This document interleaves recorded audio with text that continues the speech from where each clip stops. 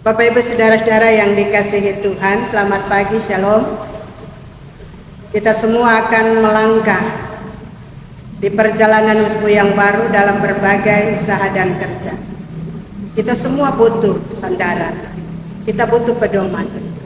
Maka di pagi ini pembacaan Alkitab akan mendasari dan mempedomani seluruh kehidupan kita bersama untuk menjalani hidup di usbu yang baru.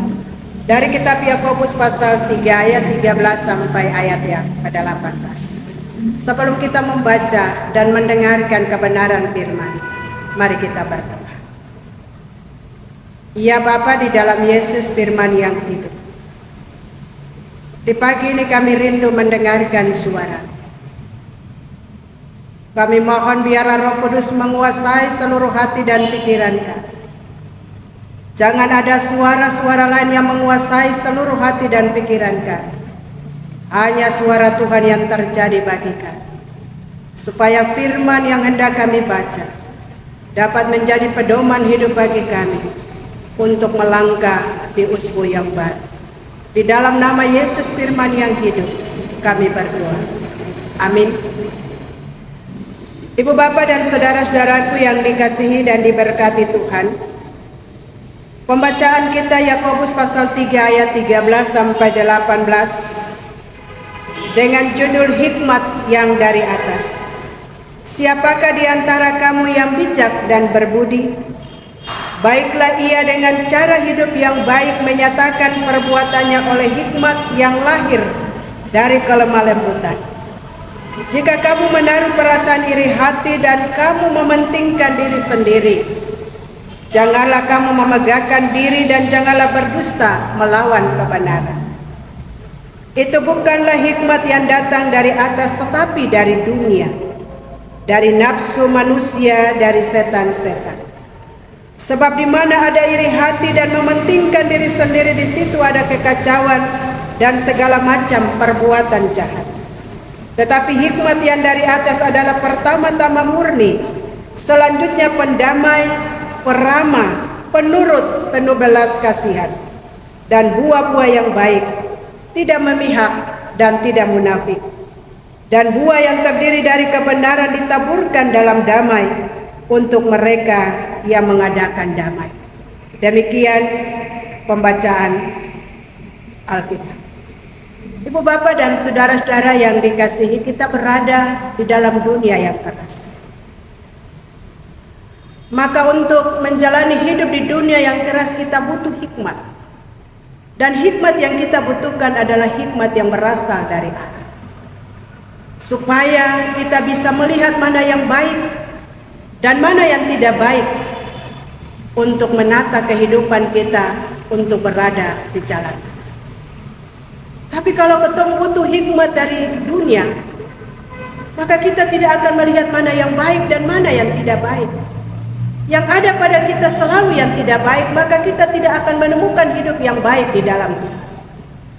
Oleh karena itu kitab Yakobus memaparkan tentang dua hal, yaitu hikmat daripada Tuhan dan hikmat yang berasal daripada dunia.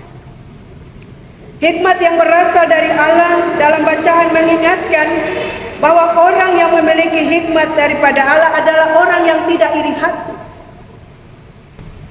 adalah orang yang tidak mementingkan diri sendiri, adalah orang yang ramah, adalah orang yang penurut, adalah orang yang penuh belas kasihan, adalah orang yang pendamai.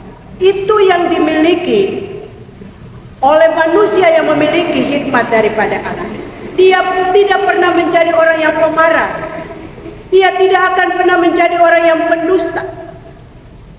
Hidupnya selalu menghadirkan kejujuran dalam kehidupan ini.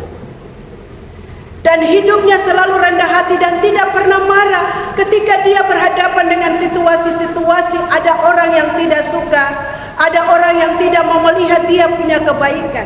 Bahkan dia tidak memiliki hidup yang iri hati. Dia selalu terlibat untuk melakukan kebaikan dalam hidup. Dia selalu menjadi orang yang menghadirkan keadilan dan kebenaran. Dia selalu menghadirkan damai di tengah-tengah situasi ketidakadilan dan ketidakbenaran. Dia selalu membalas kejahatan dengan kebaikan. Dia tidak mencari perselisihan dan pertengkaran di antara sesama. Bahkan ia tidak mementingkan diri sendiri. Dia selalu berbuat yang baik kepada orang-orang yang membutuhkan. Dan oleh karena itu, ibu bapa dan dia juga tidak pernah menjadi munafik. Sedangkan apa yang dikatakan dari hikmat yang berasal daripada dunia adalah dia selalu iri hati. Dia tidak mau melihat orang lebih daripada dia. Ketika orang memiliki jabatan yang tinggi, ketika dia memiliki kekayaan, ketika dia punya usaha yang maju, maka dia menjadi orang yang iri. Tidak boleh ada yang lebih daripada dia. Sebagaimana yang dilakukan oleh Kain terhadap adiknya Habil. Karena apa ibu bapak? Persembahan Habil diterima oleh Tuhan, sedangkan persembahan Kain tidak pernah diterima oleh Tuhan. Maka Kain iri terhadap adiknya Habil, maka dia membunuh adiknya Habil. Sedangkan hikmat dari dunia itu juga memegahkan diri dan melawan kebenaran dan ketidakadilan. Hikmat dari dunia, dia melawan kebenaran, dia melawan keadilan.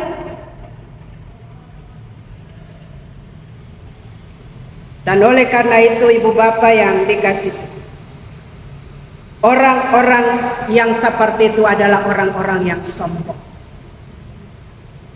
Orang-orang yang dengki. Orang-orang yang seolah-olah membela kebenaran tetapi sebenarnya mereka memanipulasi sebuah kebenaran. Yang benar dinyatakan tidak benar. Yang salah dinyatakan benar. Oleh karena itu orang-orang seperti itu maka dia akan menciptakan perselisihan, menciptakan perpecahan. Dan hidupnya selalu dipenuhi dengan keinginan untuk berbuat jahat. Ibu bapak dan saudara-saudara, tema kita di minggu ini adalah pikiran dan hati yang gelap melawan kebenaran Allah. Dan firman ini melalui tema ini menuntun kita untuk memahami bahwa ketong mesti jaga hati, ketong mesti jaga pikiran. Kalau ketong jaga hati, ketong jaga pikiran, berarti ketong tidak menjadi orang yang iri hati. Berarti ketong tidak akan menjadi orang yang mementingkan diri sendiri. Berarti ketong tidak akan menjadi orang yang munafik. Kalau ketong menjaga hati dan ketong menjaga pikiran, dan ketong tidak akan melakukan kejahatan dan dipenuhi dengan kegelapan. Ketong siap akan merancang kejahatan untuk menjatuhkan dan untuk menghancurkan orang lain pengusaha. Dan ketong siap akan mengambil orang lain pemberkat. Dan oleh karena itu ketong diminta untuk memiliki pikiran yang baik dan juga kemurnian hati. Menyadari akan hal-hal kebaikan yang dilakukan Allah dalam hidup. Marilah ketong menjadi pelaku firman. Marilah ketong minta hikmat daripada Tuhan supaya menuntun ketong perjalanan hari-hari hidup ke depan. Jadikanlah hati dan pikiran kita bersih, supaya ketong tidak menjadi orang-orang yang pemarah. Supaya ketong tidak akan menjadi orang-orang yang membenci orang lain. Hati kita mesti dipenuhi dengan kelemah lembutan dan penuh kasih, agar ketong hidup di jalan kebenaran dan benar-benar hidup ketong dikuasai oleh kuasa dan kehendak Tuhan. Jangan memberikan diri kita dikuasai oleh dunia ini, dikuasai oleh kuasa-kuasa kekayaan, kuasa-kuasa. Tidak boleh ada yang melebihi apa yang ada pada kita. Mari kita terus menyatakan kasih dan kehendak dalam seluruh kehidupan. Hadirkanlah diri kita di tengah-tengah dunia yang penuh dengan kekerasan adalah hati yang selalu bersih dan pikiran yang selalu tenang untuk ketong melakukan kebaikan-kebaikan Tuhan dalam kehidupan.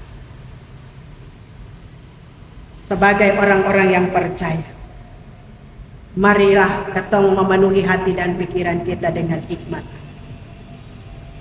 supaya ketong melakukan yang terbaik. Tidak menjadi orang yang pemarah, tidak menjadi orang yang munafik, tidak menjadi orang yang pendendam. Tetapi di mana ada kebencian, ketong harus memaafkan. Di mana ada kekerasan, ketong bawa kebaikan. Di mana tidak ada kemengertian, ketong bawa mengerti dalam hidup ini. Dan di mana ada dusta, ketong menghadirkan kebaikan bagi setiap orang yang ada di sekitar kita. Tuhan Yesus memberkati.